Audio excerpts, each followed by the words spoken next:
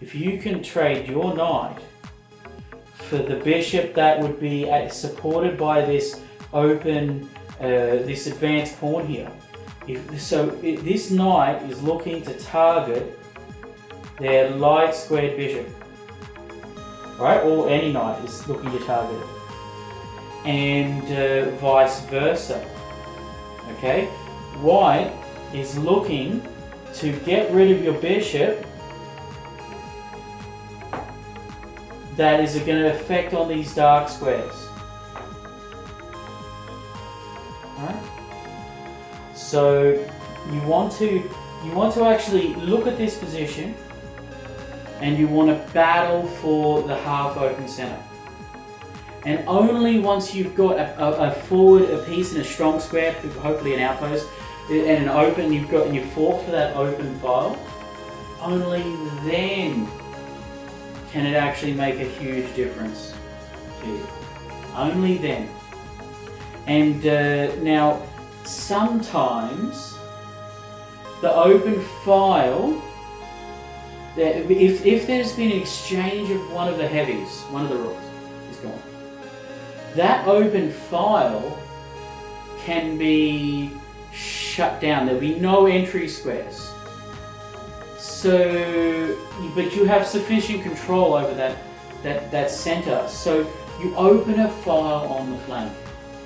You attack down the flank. You use the rules of attacking down the flank with pawns to open files so that you can actually get your heavy into their end zone, into their back two ranks.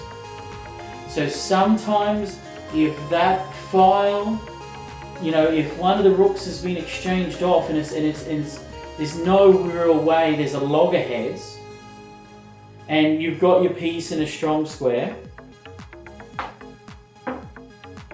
then you follow the rules of the half open center. Then opening a file somewhere else and getting into the end zone can only profit you. All right, because you don't have enough pressure. The tension has sort of been broken by exchanges in that open file, and you just deny them entry squares. So now you can attack down the flank, find a second weakness. It's the principle of two fronts, the principle of two weaknesses. Okay? Once your center is controlled, it's not closed, but it's controlled, then you can attack down the flank. Or you can fight to open up that center and mobilize your center pawn and turn it into an open center. Either way, you can treat it like a closed center, or once you have that open file and you have that, the piece, outposts and open lines, remember the two O's, and outrageousness. You can suddenly, turn it into an open center. But you don't want to do that at the expense of creating weaknesses that, are unforgivable. If you're going to create weaknesses on, the light squares, all right, and light squares particularly around your king, then you should, definitely try and lop off their light squared bishop. Remember, you want to have good structure. You want to have the bishop pair. You want to have good back rank policing, good king safety. And you want to fight for the, heavies on the open roads. Right? Tanks need roads. Okay? And, you want to actually not be the one to take as a mistake. You want to just constantly build pressure.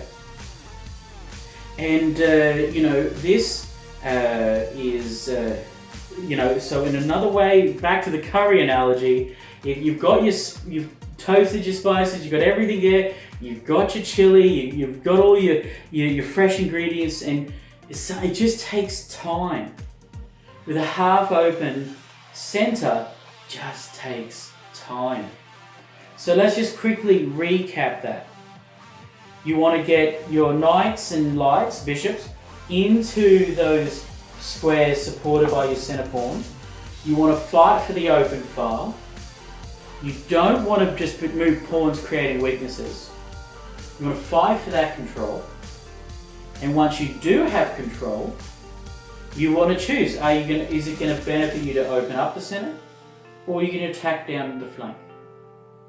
Alright? So are you going to treat it like a closed center, or are you going to treat it like an open center? And as you know, they're opposite rules. Okay? And so what it comes down to is their weaknesses tell you, where to go. A beginner thinks pieces, but a master thinks squares. Remember that. A beginner thinks pieces, a master thinks squares.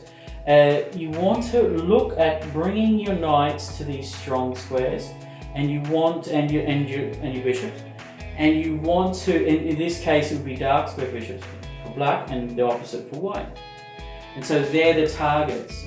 The ones that are going to be supported by this pawn are your targets to try and break that bishop pair. And you want to be very cautious about creating weaknesses into your king side. Alright, there you have it. And I really enjoyed this discussion about half open,